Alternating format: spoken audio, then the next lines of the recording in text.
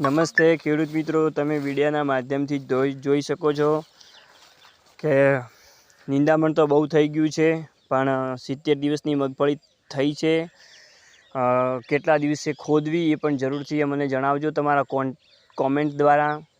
અને આ વખતે અમે પહેલી વખત તમે સારી કમેન્ટ કરશો તો પહેલી વાર અમે 15 કિલો સિંગ તેલનો ડબ્બો રાખેલો છે.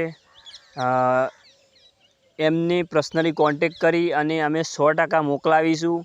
એવી 100% ખાતરીપૂર્વક અમે એમને મોકલાવીશું. અને ચેનલને સબસ્ક્રાઈબ કરજો.